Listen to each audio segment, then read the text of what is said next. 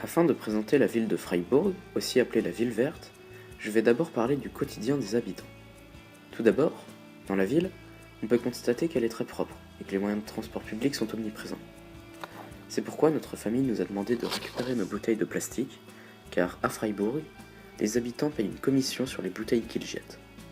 Nous pouvons aussi voir qu'au quartier Vauban, les habitants font chaque jour leurs courses dans des petits magasins à l'intérieur même du quartier. Mais notre famille, qui habitait hors de la ville, faisait leurs courses avec 3 voitures dans des grandes surfaces. Toutefois, les enfants de notre famille d'accueil sont allés chaque jour à l'école à pied. Je vais maintenant parler des habitations à Freiburg. Tout d'abord, la maison de notre famille d'accueil était très bien isolée, et les habitants faisaient attention à ne laisser aucun courant d'air ou aucune porte ouverte trop longtemps.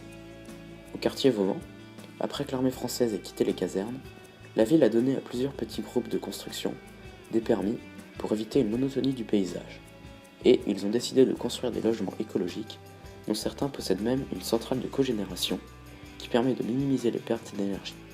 Pour les autres, il y a une centrale électrique au milieu de l'arrondissement qui permet aussi de réduire les pertes. Il y a la maison héliotrope aussi, qui suit la course du soleil pour s'exposer le plus longtemps afin de la chauffer. Quand nous étions à Freiburg, la famille d'accueil nous amenait chaque matin et venait nous chercher chaque soir en voiture.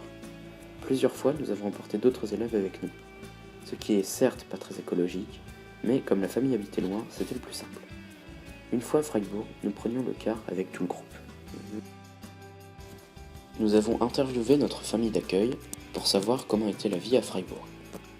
Ils nous ont répondu qu'ils s'estimaient heureux de pouvoir vivre à Freiburg, car c'est une ville très en avance sur l'écologie.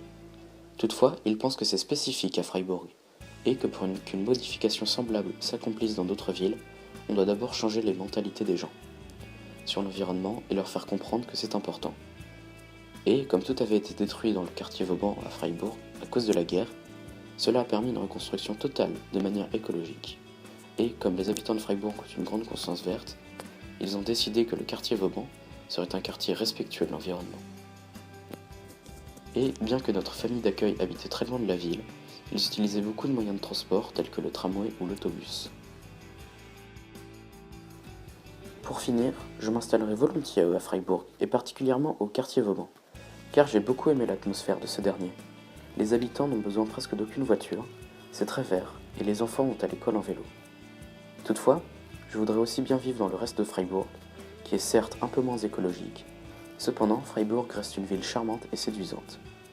Mais, avant que je m'installe à Freiburg, je dois d'abord me perfectionner en allemand. Et pour cette raison, je préfère pour le moment rester à Brest, qui est ma ville natale.